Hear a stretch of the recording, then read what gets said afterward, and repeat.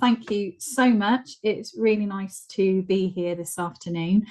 And I've been asked to talk about how to unite a divided council. So I just wanted to give a little bit of background as to how I came up with this sort of topic for conversation, as I believe many of you probably will have encountered this through the years of clerking and the experiences that we go through during our clerking sort of career. So my background was not within a clerking environment. I came into the world of being a clerk in 2018. I had previously worked within the travel industry and in recruitment, some hospitality and education, and I'd had very exciting jobs, which I was really lucky to travel as well whilst doing them. And they were very vocal jobs that I really enjoyed. And I just wanted a change. And a friend of mine said, why don't you look at becoming a clerk? It's really interesting. I really enjoyed it. And I started looking around, and there were a couple of posts, and I applied for Puritan. And had the interview, loved the counsellors as soon as I met them. And with that, they offered me the post.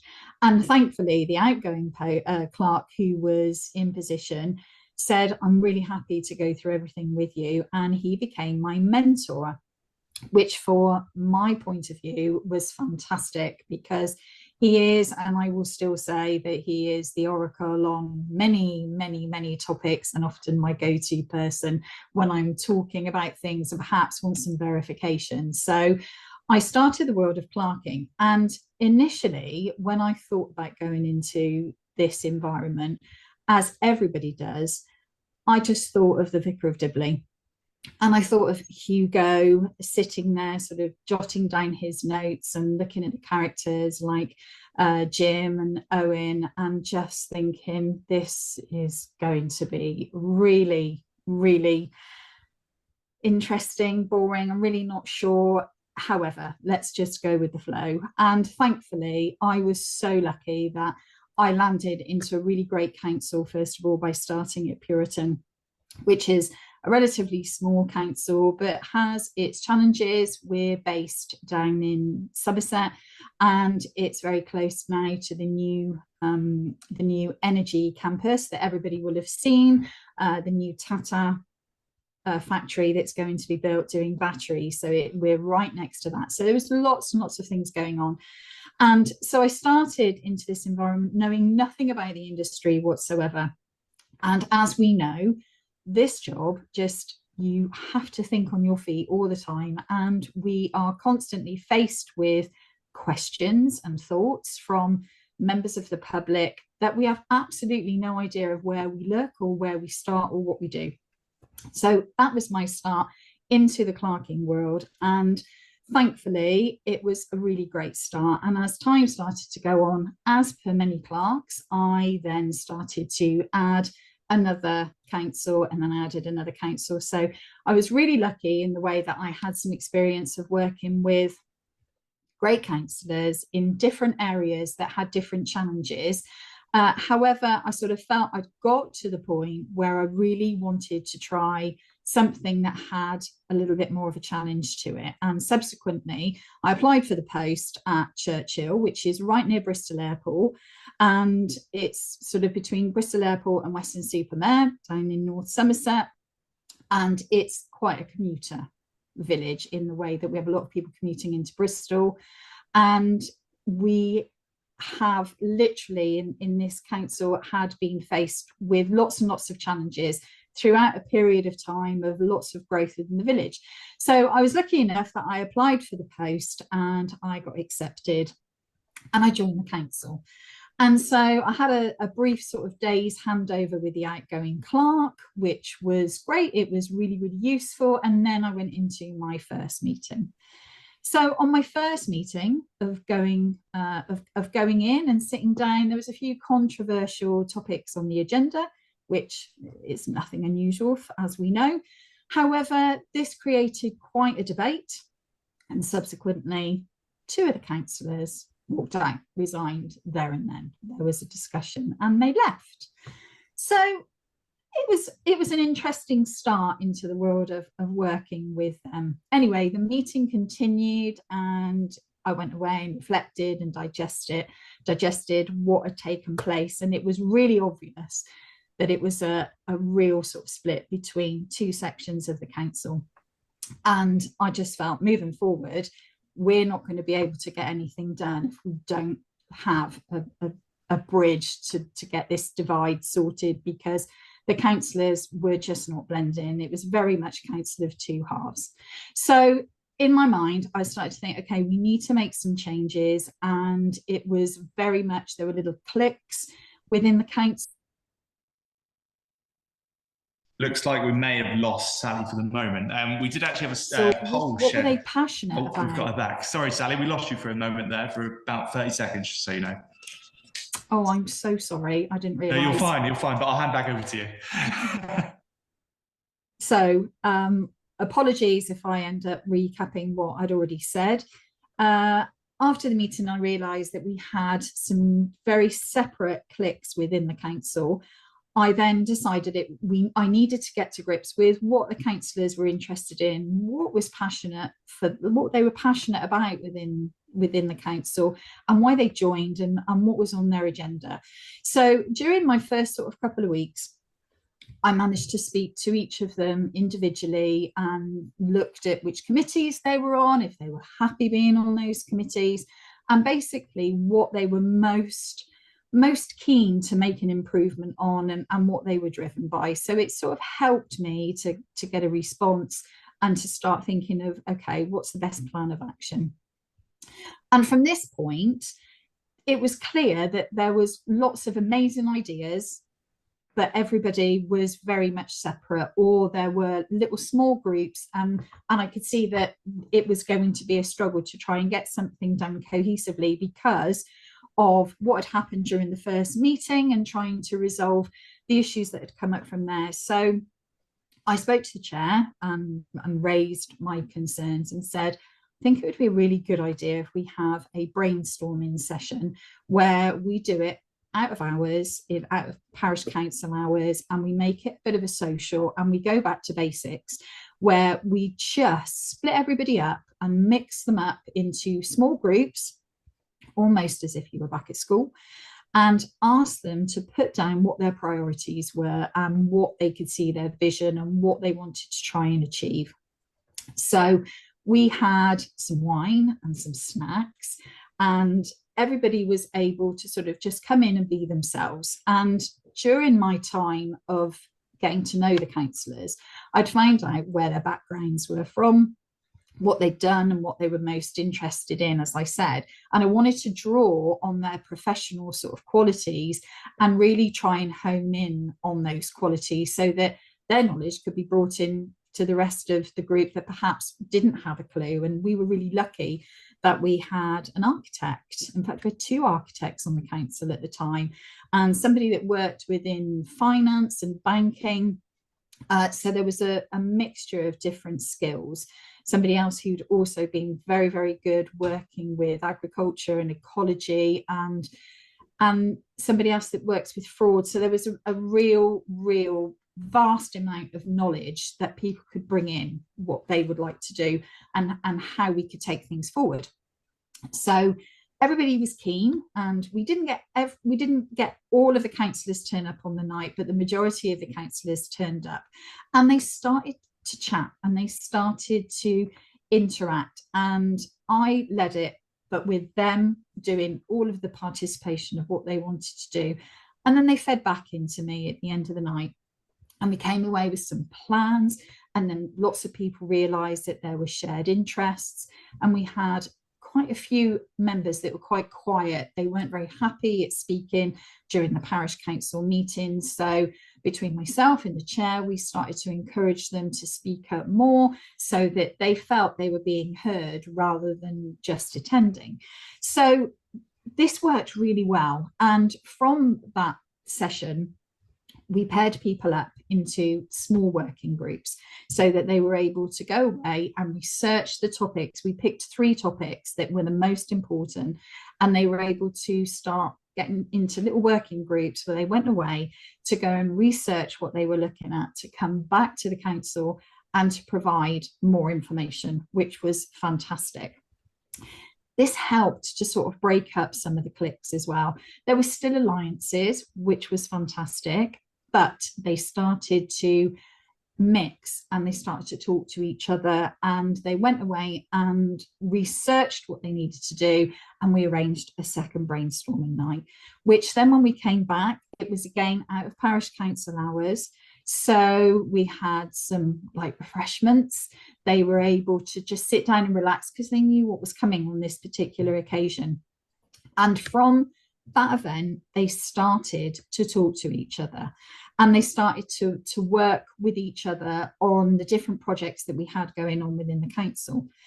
And the village itself has been running the gauntlet in the way that it's had lots and lots of development.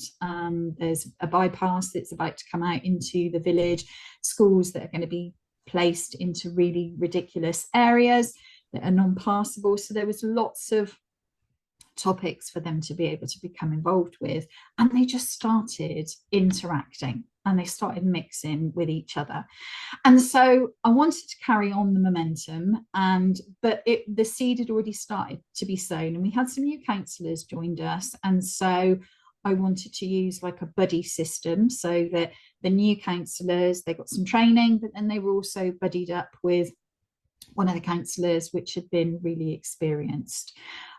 So that they could start sharing and guiding them, because as we know, quite often you go in and it's rabbit in the headlights and you're not quite sure of what's going on, and lots of terminology is used. So we started to change a lot of the ways that things were taking place, like lots more explanations and encouraging people to speak up if they weren't clear, which they started to do.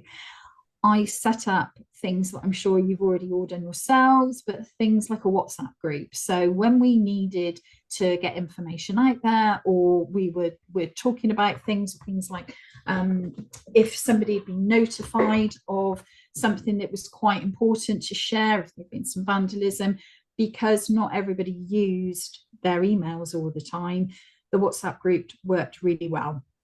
During my time, I found out as well, while speaking to the councillors, that I had some that were really, really not keen on using email or tech whatsoever. And I found that there were 2 ways of looking at this in being able to bring them in, because during lots of times when we were talking about things, we say, well, I sent an email about this. And of course, this particular councillor was not very good at accessing email, and so we just stopped bothering. And so what I would do was once a week is I would just give him a call, or I would give him a text just to give him a breakdown of what had taken place or things that had been happening, so that he felt that he was in the loop. And my own personal opinion is there is such a shortage of really, really good counsellors out there. And it's very easy to go in and be dominant and to say, we've got to do this and we've got to do that.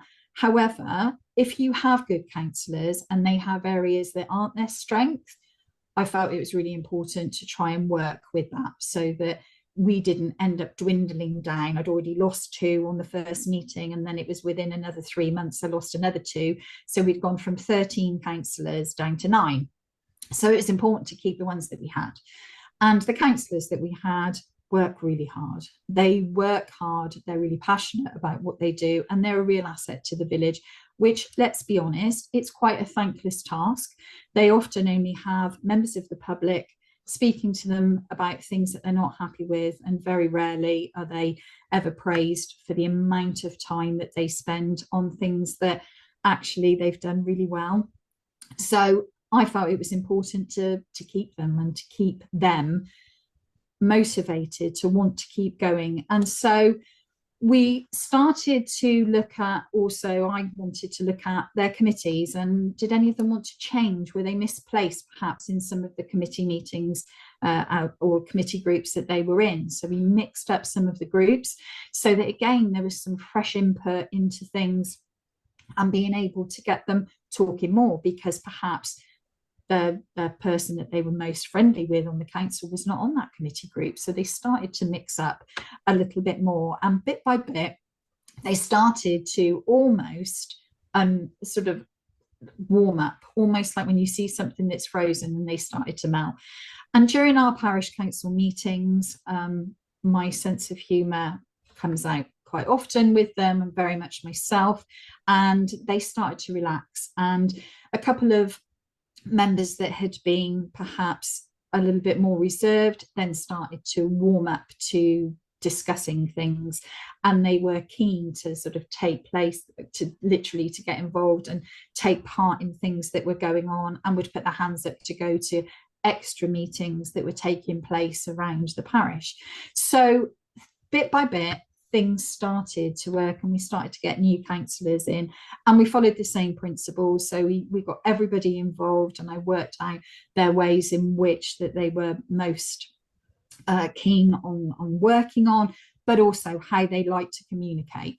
And we had the usual things, as most councillors were not always understanding that by having a parish council email address, that it was important for them, and there were obstacles in the way that they said that they didn't want to take on a parish council email, and why did they need to do it. And it was really important to say to them that my job is to protect them, and by having a separate email address, it would mean that they would just only deal with parish council business, and I wouldn't need to go through everything on their email. So bit by bit, the parish councillors started to warm up, and I realised I haven't shared my screen, so I'm going to do that now. So things started to work really well with them, and I was really pleased at the way things were going. And I started in the July, and we got to around about Christmas time, and they usually did things like just perhaps having some mince pies and a glass of wine after the parish council meeting in December, and that was it. And we sort of said, well, what about a Christmas party? Would we like to go out for dinner? It would be really nice. We talk about lots of things on the council, but it would be really nice to be able to go out and to mix socially. So we planned our first Christmas dinner, which was really nice. I was able to pick up some of those that weren't able to get there, and I drove, which worked well, and I picked them up and they were able to have a drink. So that's where we went from a divided council to Christmas dinners. And during that time, the councillors have just gone from strength to strength with regards to their interactions with each other and their participation, and they take on more and more because they're very complimentary in the way that they say that things have started to evolve and they've started to see things moving, and therefore they want to do more because they can see that we are achieving things as a group. And so the cohesion has really started to play a part, because they're starting to speak to each other lots outside of the group about, oh, have you, no predetermination, but just talking about topics that are coming up within the parish council. And they're starting to go and look at things that are reported by residents, whereas it was all very, very separate and very, very individual. So we felt that things had just moved on to a really great level, and we brought in other team members. For example, we have a communications person, which again, we have some councillors who are fantastic, and that is their area of strength, and they've taken the lead. And so each of them feel that they have their designated sort of areas of expertise, but then they're also really keen to learn new points, and they take training on really well. And they've just been a fantastic group of councillors to be able to work with, which I feel that I've been really blessed to be able to work with them. And they really enjoy the sessions, and they're trying to encourage more and more people to come along to the parish council and to join. We're always constantly asking members of the public when they come in, are you keen? We're looking to try and replace the 4, but as we know, it's becoming a more and more time heavy job, and it is a voluntary post, which for many of them I have some councillors that probably put 30 hours a week into the parish council by doing lots of research and lots of information. So, in my opinion, they are a great group of people that are worth their weight in gold. For any new clerk that is going out there, the councillors themselves are your greatest source of information. They know things about the villages that nobody else may know because they've lived there for 50 years and they've had a fantastic sort of knowledge of seeing it grow and develop.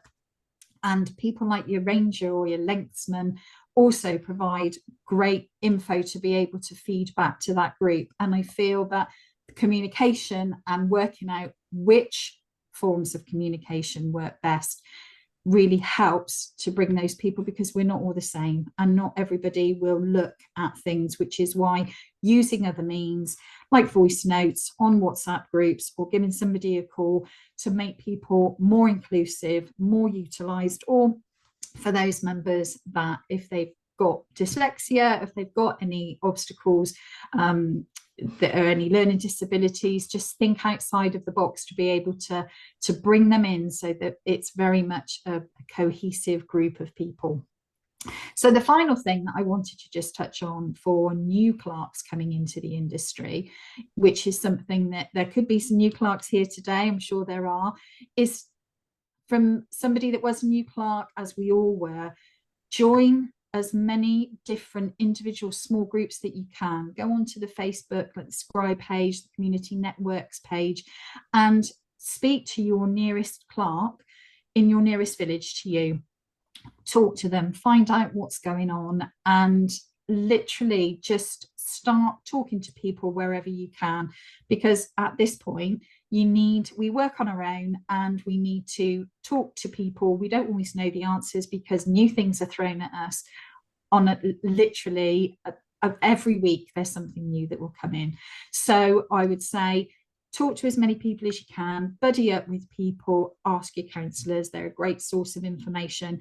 And we're now going on to our third Christmas dinner, and we have a village quiz taking place, and we in fact are going as a council team to support one of the other councillors who's doing it for charity. So things can move, they can progress. So from two councillors walking out to the first meeting, we've definitely done a great journey and things are moving in the right direction.